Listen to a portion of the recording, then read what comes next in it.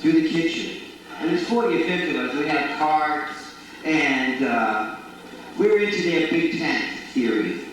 And so we sneak into the kitchen, and we get into the floor, and you can hear the security guards, look for them, you know, what do they look like? They look like, they couldn't make out what they looked like. But they said we were shabbily dressed. And we had war in our best clothes, so it was, but they did pin us out. And instead of doing, you know, I went there and I said, I was afraid. I said, I'm afraid they're going to beat us up, or you're going to do something. And someone said, the best thing they can do is throw you out. And I said, well, they're not going to do that.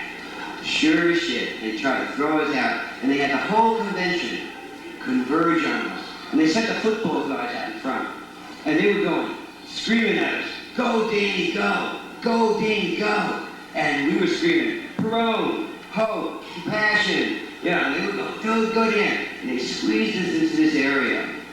And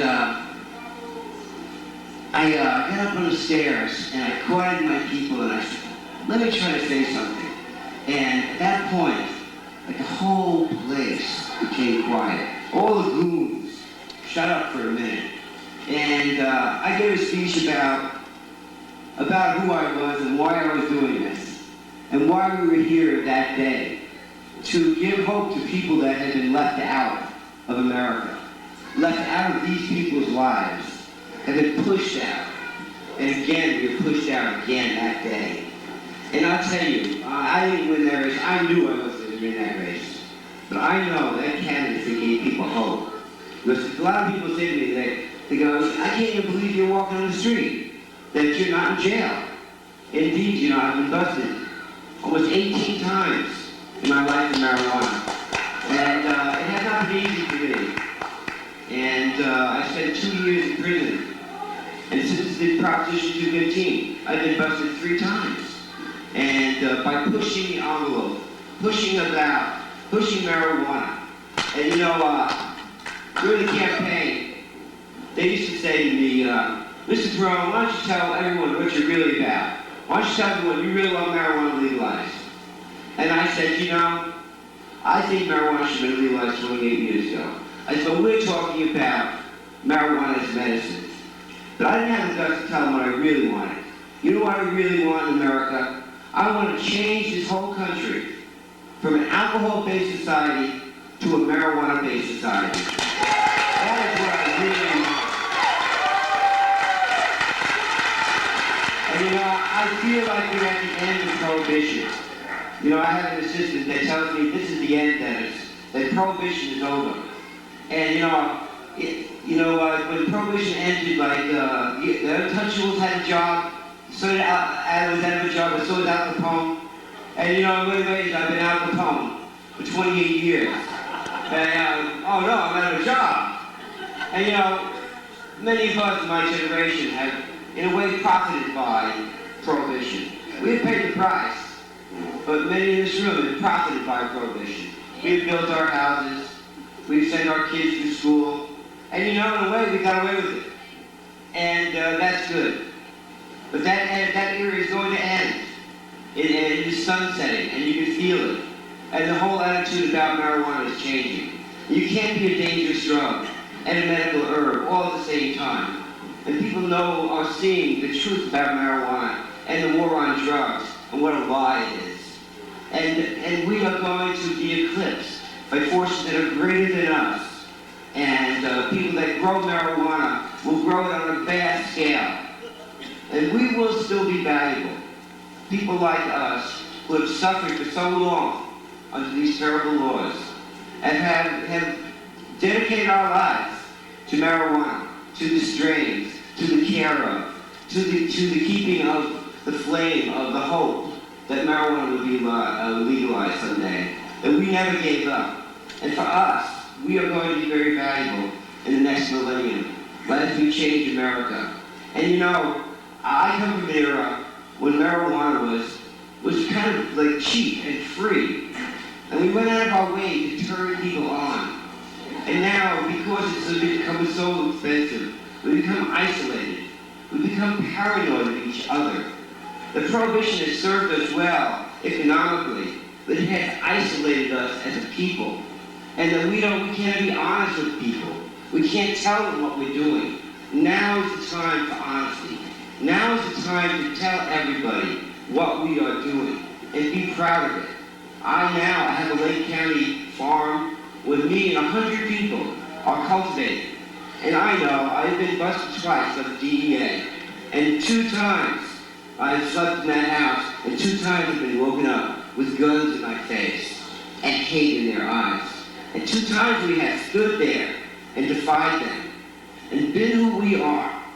Not angry, aggressive, mean people, but the loving, warm people we are. We showed them who we were. We have not been arrested on either one of those buses, and we will not be arrested.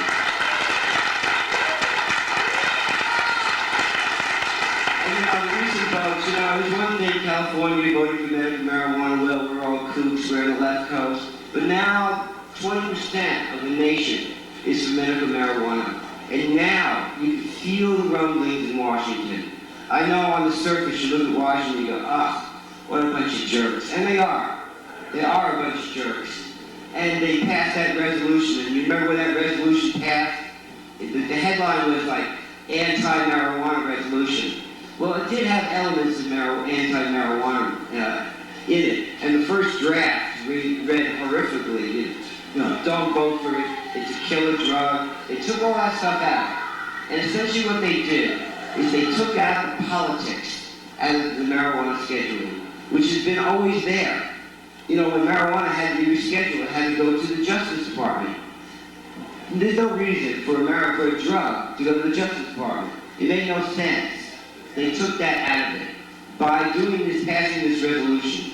And I tell you, by February, the new FDA commissioner, a woman, oncologist, is about to reschedule marijuana, I believe, to Schedule 3, which will be the beginning of the end of the war on drugs.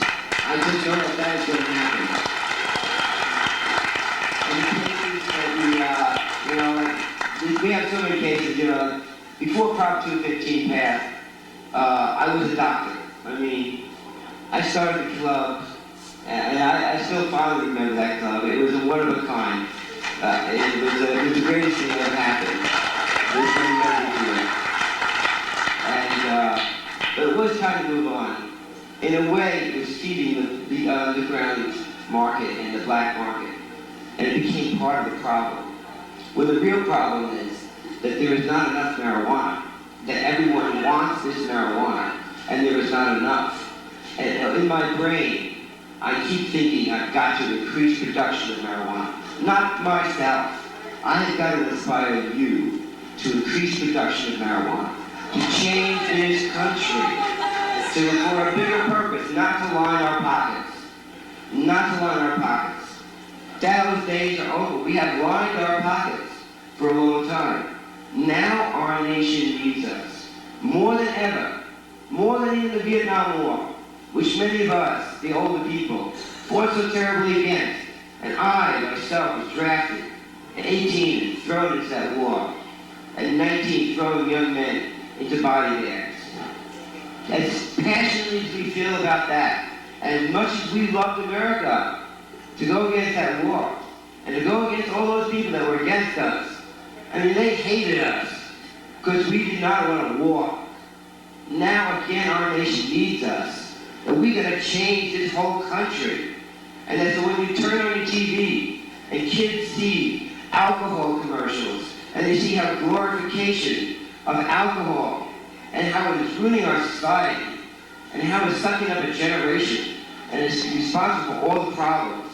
And just think, you turn your TV on, and it wasn't alcohol, teenagers on the beach, instead of jumping around, throwing shit to people sitting around smoking a joint on the beach, saying, isn't this cool? Aren't we having a great time? Isn't life beautiful? Isn't nature beautiful?